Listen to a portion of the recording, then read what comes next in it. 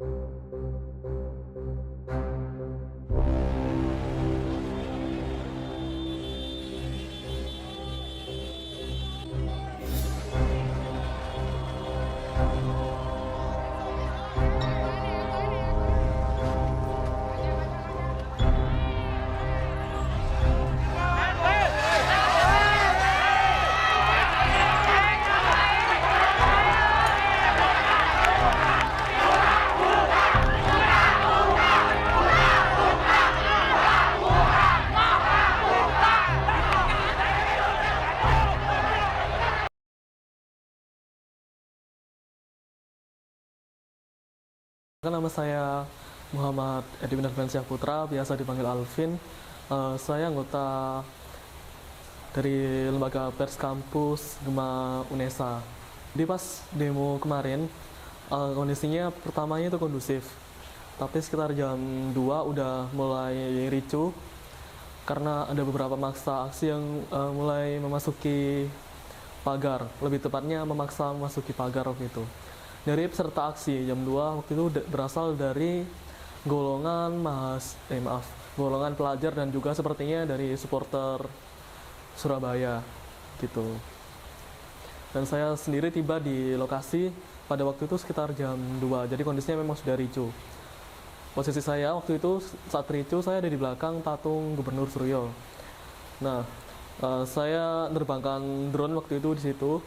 Setelah nerbangkan drone jam 2:30 udah mulai kondusif. Pihak kepolisian udah ada yang menemui massa aksi tepatnya di gerbang sebelah barat. Posisinya waktu itu gerbang barat sudah roboh. Nah, akhirnya saya ikut ke sana juga buat ngeliput tentang orasi yang disampaikan polisi dan juga pertanyaan yang dilemparkan dari pendemo dari kalangan pelajar maupun dari kalangan supporter begitu. Kalau dari ricuh kemarin memang karena berasal dari masanya yang menyulut ke pihak kepolisian. Jadinya waktu itu pihak kepolisian mungkin ya juga tersulut emosinya. Akhirnya sama-sama saling yang masa ini khususnya masa yang tadi itu ricuh, sementara polisi ingin mengkondusifkan, tapi mengkondusifkan itu semua yang di lapangan disikat habis, rasanya kayak gitu. Kalau dari tindakan yang dilakukan aparat sendiri kemarin udah di luar penanganan SOP gitu. Kalau biasanya penanganan SOP kan dilihat dulu siapa yang melakukan kegiatannya dan siapa yang ada di lapangannya. Cuman karena waktu itu masanya banyak, akhirnya setiap ada orang lewat situ langsung ditangkap sama polisi. Setelah ditangkap pun nggak cuma langsung dibawa, ada yang sempat dipukuli, ditendang, diseret juga ada kayak waktu itu. Gitu. Saya sendiri waktu itu sempat mengalami tindakan represif dari aparat. Kan waktu itu posisi saya di situ adalah sebagai jurnalis. Kalau jurnalis dalam setiap aksi kedudukannya adalah netral, tidak membela siapapun. Karena waktu itu mungkin saya sedang meliput polisi yang sedang menangkap massa aksi dan saya kan mengarahkan kamera ke sana. Mungkin ada beberapa polisi yang nggak terima karena perlakuannya melanggar tata cara yang baik dan benar. Takutnya mungkin takut dipublikasikan di media atau bagaimana. Akhirnya beberapa polisi mendatangi saya meminta untuk file rekaman di kamera dihapus. Sambil diintimidasi, kepala saya dipegang, akhirnya mau nggak mau saya serahkan kameranya ke mereka, sama mereka dihapus sendiri. Nah, waktu itu mau dikembalikan, ada lagi polisi yang datang ke saya, bawa aja ke belakang, bawa aja ke belakang. Akhirnya saya dikumpulkan sama beberapa massa aksi yang lainnya di belakang gedung Gerahadi sebelah timur gitu, di selatannya. Di belakang itu saya dikumpulkan dengan beberapa massa aksi, semuanya waktu itu pendemo disuruh buka baju semua. Nah, karena waktu itu saya masih pakai ID card pers, saya kan masih masih berani menolak gitu. Nah, ada salah satu polisi yang menghampiri saya, lepas bajunya, lepas. Saya kan masih nggak mau lepas, akhirnya ditendang waktu itu. Ditendang pakai sepatu PDL, kena bibir saya. Waktu itu bibir saya sobek, posisi masih pakai masker gitu. Jadi masker saya itu berdarah semua gitu. Akhirnya mau nggak mau, saya terpaksa buka baju lagi daripada kena tindakan yang semakin brutal lagi. Soalnya di sana itu ada massa aksi yang udah jujur nggak melakukan apa-apa, tetap ada yang ditendang, bahkan polisinya bawa balok kayu besar gitu. Ada juga beberapa pendemo lainnya yang dia itu tidak ikut ricuh, mengalami luka-luka, dia datang ke pusat kesehatan dibawa pakai ambulans, sama ambulannya diberhentikan sama pihak kepolisian. Nah, yang di dalam ambulan tadi dibawa ke masuk Gerahadi itu ada. Terus ada juga penjual es keliling juga kena, yang jual minuman, jual es itu ada yang kena juga. Kemarin juga sempat cerita sama saya. Terus ada lagi pegawai Coffee, bahkan orang dari Bank Indonesia keluar masih pakai sarung pun ditangkap sama pihak kepolisian. Ibaratnya penangkapannya itu nggak sesuai SOP dan terkesan siapa yang ada di tempat yang ditangkap gitu. Sebenarnya tanpa kami diminta, sebenarnya udah ada kawan-kawan dari LBH yang udah berusaha masuk ke dalam Polda waktu itu. Cuman karena itu waktu itu posisinya kami sedang waktu malam itu sedang inafis sama mau persiapan buat wawancara penggalian informasi masalah demonya. Jadi pihak LBH itu baru diperbolehkan masuk pada pagi hari. Itu pun masuk cuma melihat kondisi. Setelah itu juga LBH juga meminta data, tapi data yang dikasih dari 250 orang yang dikasih cuma 100. Nah, waktu dipublikasikan datanya kan ada beberapa nama yang nggak ada, termasuk nama saya gitu. Akhirnya banyak juga pihak yang khawatir gitu. Sebenarnya udah ada upaya itu dari LBH untuk membebaskan kami. Kalau saya sendiri kemarin juga udah ada upaya. Waktu penangkapan di Polda saya juga sempat maju ke komandannya, cuman sama komandannya bilang gini, kamu tunggu proses penyelidikannya selesai aja, nanti kamu mau jelaskan gitu. Jadi waktu penangkapannya kami kan sebelumnya di Gerahadi disuruh lepas baju, saya kena tendang. Itu kami kan waktu habis maghrib dibariskan lagi di depan musola. Nah, setelah itu jam 7 kami dibawa ke Polda dengan menaiki kendaraan truk polisi. Disuruh jalan jongkok dari musola sampai ke depan gedung Gerahadi. Jalan jongkok naik ke atas truk. Nah, waktu naik ke atas truk itu ada beberapa oknum polisi juga yang bawa kayu juga mukulin pendemo satu-satu gitu sebelum naik ke truk. Kebetulan waktu itu saya juga kena kan. Naik ke truk. Nah, waktu naik ke truk kami dibawa ke Polda. Waktu dibawa ke Polda ini turun dari truk lagi juga sama disabet. Maka sabetnya lebih keras lagi 2 kali gitu. Kalau saya sendiri kemarin kena luka di pelipis sebelah kanan, masih ada bekasnya, sama di pinggang ada luka sobek gitu.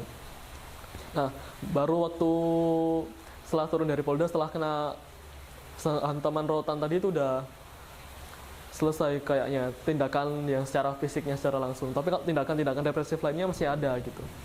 Contohnya sendiri waktu kami setelah penyelidikan kan dikumpulkan lagi di halaman parkir Reserse Kriminal Umum Reskrim Polda Jatim, dikumpulkan di sana. Waktu itu kami disuruh masuk ke dalam truk. Saya kira jam 12 kan hari Jumat, saya kira itu dibawa untuk sholat Jumat atau apa. Ternyata kami dimasukkan ke truk box, satu truk itu isi 25 orang. Satu truk nggak ada celah ventilasi sama sekali. Yang awalnya jalan kami cuma 10 menitan, waktu itu naik kendaraan justru lebih lama, sekitar 20-30 menitan ada waktu. Jalannya pelan-pelan.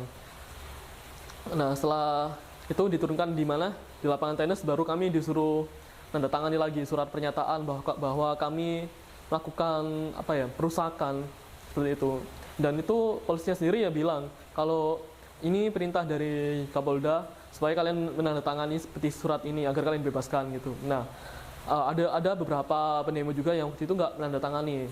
Nah, jadi akhirnya pas malamnya syarat buat keluar kan harus membawa surat yang ditandatangani tadi itu dipanggili. Nah kalau selama dia nggak menandatangani dan nggak mengeluarkan suratnya, dipanggil lagi disuruh buat tandatangani baru bisa keluar gitu. Dan kami waktu itu juga waktu foto Inavis kan disuruh foto Mbak Papan juga, dikenalkan pasal 214 sama 170 berapa. Isinya tentang tuduhan makar terhadap pejabat dan juga pengerusakan terhadap fasilitas umum. Padahal kami sendiri juga nggak melakukan itu gitu. Saya Bintang Keadilan Purwanto. Saya salah satu mahasiswa dari Perguruan Tinggi Negeri di Surabaya, Universitas Negeri Surabaya. Dan saya salah satu peserta aksi demo pada tanggal 8 Oktober tolak RUU Cipta Kerja.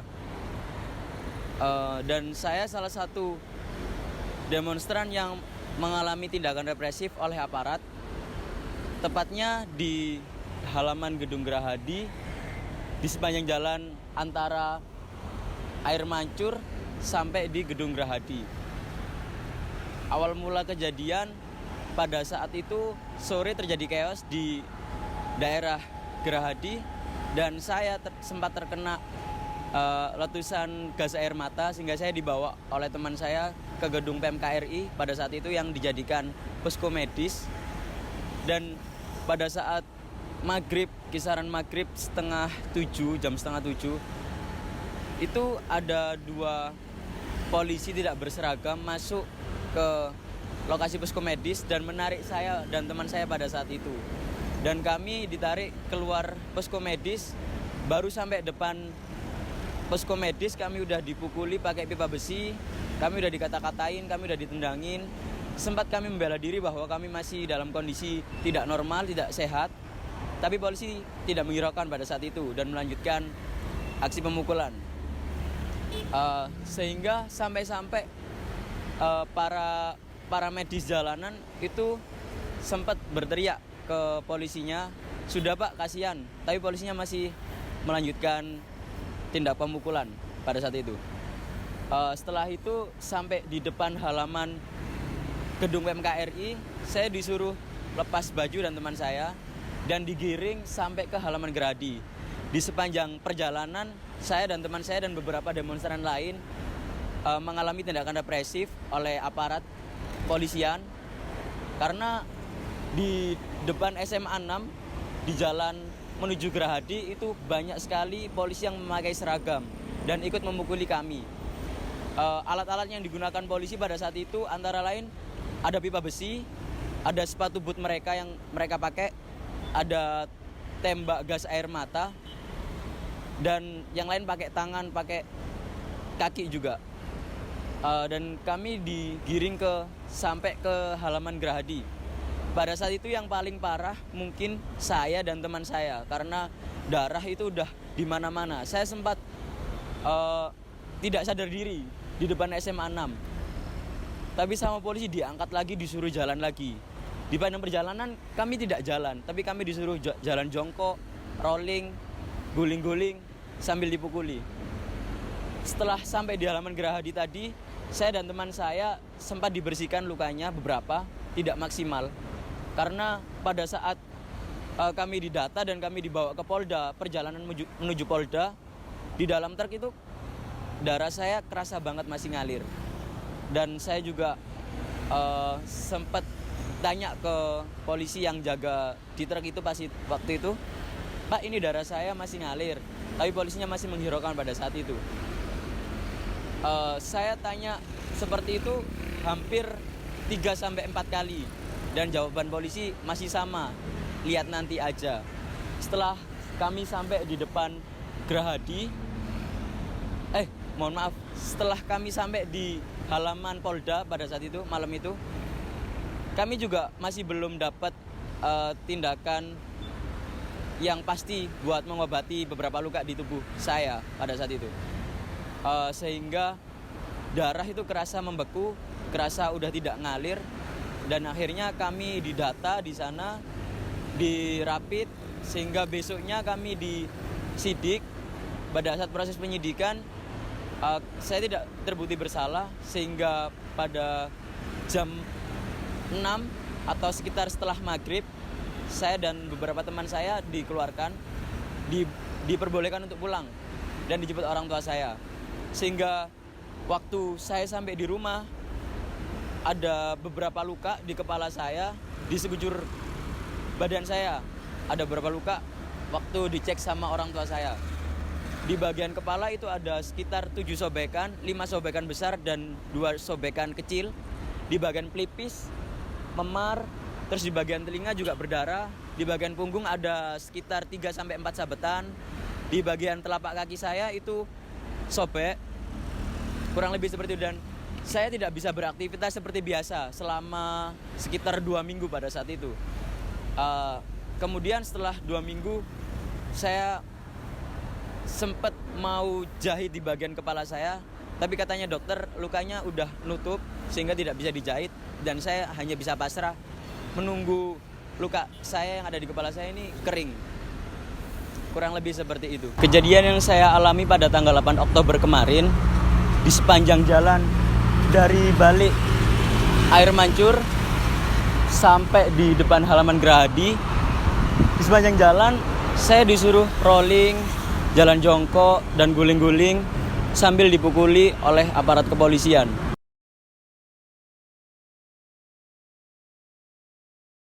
Menurut saya atas kejadian saya pada tanggal 8 Oktober kemarin, lebih baik ke depannya jika polisi ingin menangkap seseorang, sebutkan dulu, jelaskan apa alasan mereka ditangkap agar tidak terjadi salah paham. Dan saran saya untuk para demonstran lainnya, jangan ikut-ikutan tindak anarkis dan jangan sampai kalian tutup mulut, karena apapun yang ditutupi akan menjadi budaya buat anak, cucu, bahkan cicit kita ke depannya. Kalau kita sekarang bisa menghentikannya, kenapa nggak kita? Kenapa harus nunggu anak kita yang sengsara, apalagi cucu atau cicit kita? Kurang lebih seperti itu.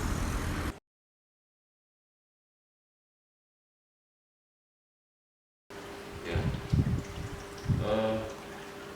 sebenarnya ada pertanyaan begini, Pak Kapur, anaknya Pak Kapur itu memangnya buruh ya, kok ikut demo, katanya gitu.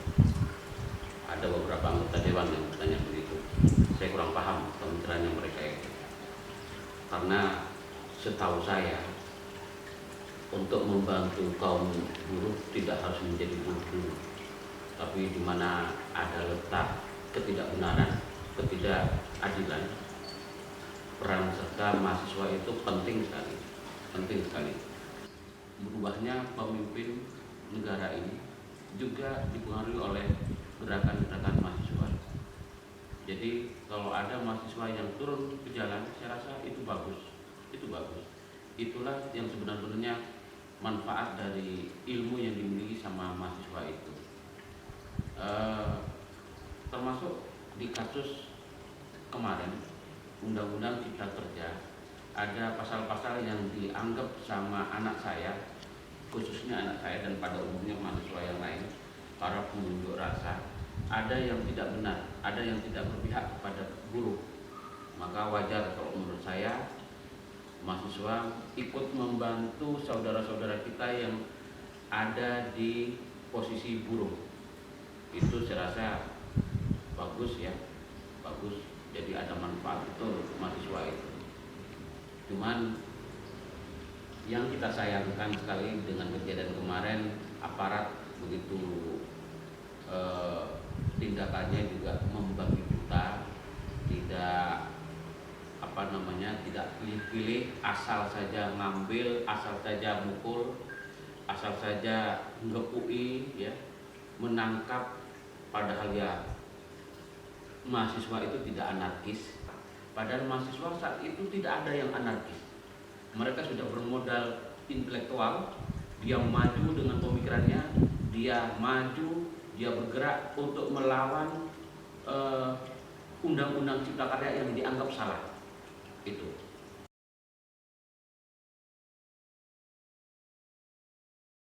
Ya, saya tahu anak saya menjadi salah satu bagian kecil yang ikut demo di situ. Wah, luar biasa. Hati saya itu begitu bangga, begitu senang. saya merasa tidak sia-sia punya anak seperti anak saya, bintang keadilan. Saya bangga, salut, salut, salut. Sungguh pun anak saya sudah mengalami tindak kekerasan anarkis yang saya bilang anarkis itu adalah dibentuk oleh aparat, Jadi anak saya tidak anarkis, tapi perlakuan aparat seperti memperlakukan seperti maling ayam, maling sandal, jambret. Ketika saya tahu Bintang anak saya ditahan di Polda Jatim,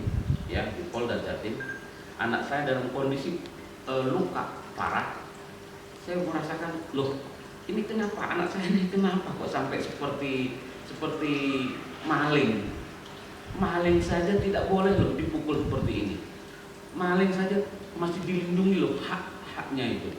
Nah ini tidak wajar, saya bilang aparat memperlakukan para demonstran tidak wajar, itu tidak wajar. Saya bilang ini ada pelanggaran HAM. Ketika saya melihat Bintang dan beberapa temannya luka-luka seperti itu, dalam hati kecil saya sungguh pun saya bangga terhadap anak-anak saya, dan saya kecewa sekali dengan aparat. Saya khawatir dengan kejadian begini anak-anak kita ini muncul rasa benci terhadap aparat. Itu yang saya khawatirkan. Oleh karena itu, saya selaku orang tua, saya memberi pemahaman terhadap bagaimana itu aparat dan siapa itu sebenarnya aparat. Saya kasih pemahaman bahwa aparat itu sebenarnya adalah milik kita. Cuman untuk sementara ini mungkin aparat ada instruksi dari atasan untuk meredam unjuk rasa demonstran, sehingga undang-undang cipta karya berjalan mulus. Namun begini, karena kondisi anak saya dan beberapa teman-temannya seperti itu, Bapak Gubernur, saya menyerahkan kasus ini kepada LBH untuk melakukan pra-peradilan. Apa itu pra-peradilan? Kita menilai bahwa aparat sudah membabi buta, salah tangkap, salah proses penangkapan. Jadi sudah salah proses penangkapannya, juga salah bertindak, yaitu memukul. Andai kata hanya salah menangkap, mungkin kami tidak seperti ini. Ini sudah salah penangkapan, tidak melalui prosedur yang sesuai dengan hukum. Yang kedua, tindakan daripada aparat itu sudah melanggar HAM. Kita pasrahkan kepada LBH untuk pra-peradilan itu.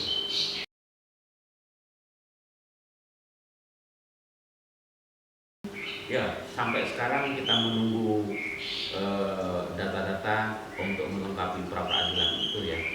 Kita menunggu dari pihak LBH, kita sudah koordinasi dengan LBH dan beberapa teman-teman lawyer supaya pra-peradilan ini bagaimana hasilnya nanti, ya kita harus sabar ya, kita harus sabar karena ini memang agak susah. Lawan yang kita hadapi adalah saya rasa instansi yang begitu kuat, dan sekarang instansi ini adalah yang benar-benar sebenarnya kan milik negara yang kita harus lindungi juga, karena polisi adalah teman kita, polisi juga saudara kita. Banyak kok, saya yakin polisi banyak yang baik-baik, saya yakin nanti ada perubahan kepemimpinan nasional, saya yakin polisi tetap jadi polisi, tidak mungkin dia ikut berubah, dia tidak mungkin untuk turun, dia tidak mungkin menjadi profesi yang lain, tetap menjadi polisi. Makanya saya berharap aparat kepolisian di Indonesia ini bertindaklah yang sesuai dengan prosedur, tidak boleh berlebihan, tidak boleh membabi buta, dan juga tidak boleh anarkis. Bayangkan sekarang kita menyarankan supaya tidak anarkis, tapi kalau seandainya aparatnya yang anarkis naik.